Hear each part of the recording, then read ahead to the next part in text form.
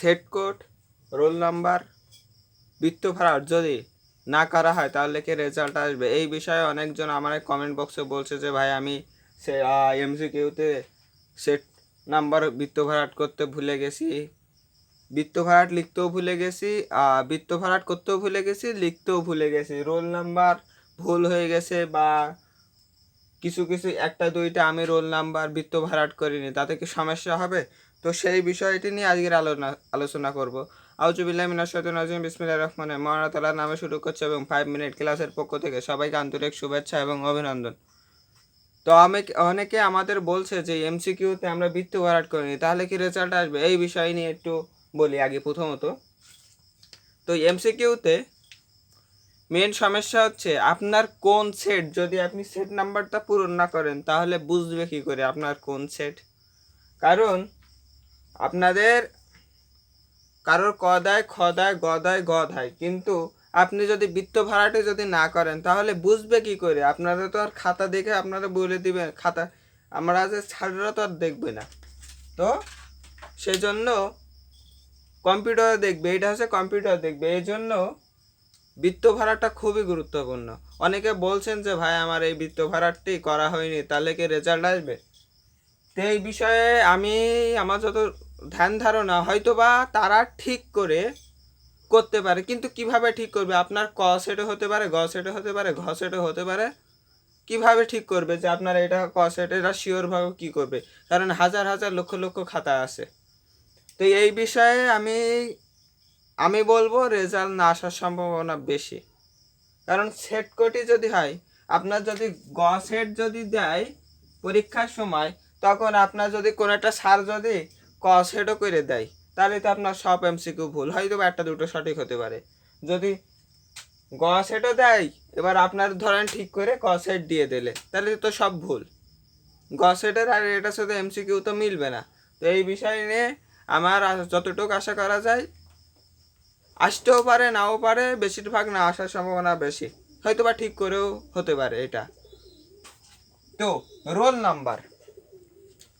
নাম্বারে যদি আপনাদের দুই তিনটে মিস করেন, দুই তিনটা বৃত্ত ভরাট করতে মিস করেন, কিন্তু ওপরে ঠিক রাখিছেন, ধরেন আপনার রোল নাম্বার 40, 55,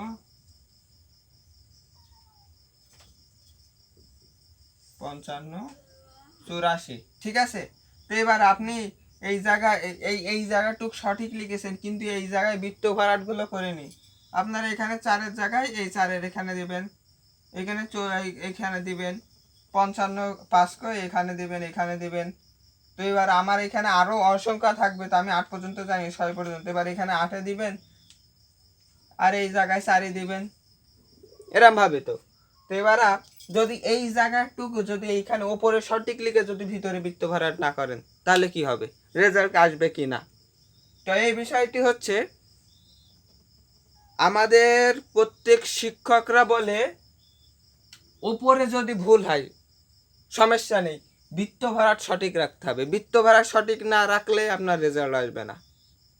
100% গ্যারান্টি, বৃত্ত ভরাট যদি না করেন তাহলে আপনার রেজাল্ট আসবে না। কিন্তু রোল আর রেজিস্ট্রেশন, এমসিকিউতে যদি রোল রেজিস্ট্রেশন এইসবগুলো ভালোভাবে লিখে থাকেন, সবগুলো সঠিক হয়, তাহলে বৃত্ত ভরাট নিয়ে বেশি একটা টেনশন করার দরকার নেই। এই যে সেট নাম্বার নিয়ে বৃত্ত ভরাট করার কোনো টেনশন নেই, সমস্যা নেই, এটা বোর্ড দেখবে। কিন্তু আপনার একটা সমস্যা হবে যে আপনাদের কোন সেট এটা বুঝতে পারবে না, এটাই হচ্ছে মেন বিষয়। তো আপনাদের আমি বারবার করে বলছি, সেট নাম্বার, বৃত্ত ভরাট আর রিটেন সাইডে খাতায় আর এমসি খাতায় সব সময় যেগুলো আছে সেট কোড, রোল নাম্বার, অতিরিক্ত লুজ নাম্বার, কীভাবে বৃত্ত ভরাট করতে হবে ওইগুলো। তো এই বিষয় নিয়ে আজকে ভিডিওটি এই পর্যন্ত। আশা করি সবাই বুঝছেন এবং এই ভুলগুলো যেন আর না করেন। প্রত্যেকটা পরীক্ষায় আপনার সৃজনশীল লেখা কম হোক, এমসিকিউ 2টা লেখা আর 2টা 5টা ভরাট করা কম হোক, কিন্তু সেট নাম্বারটা আগে আপনারা ভরাট করবেন। কারণ আপনারা তো সময় পাচ্ছেন, সঠিক হয়েছে কিনা এটাই দেখবেন। আপনারা যখন স্যারেরা এমসিকিউ প্রথমে যে জমা নিবে, তখন আপনার আরেকবার দেখবেন যে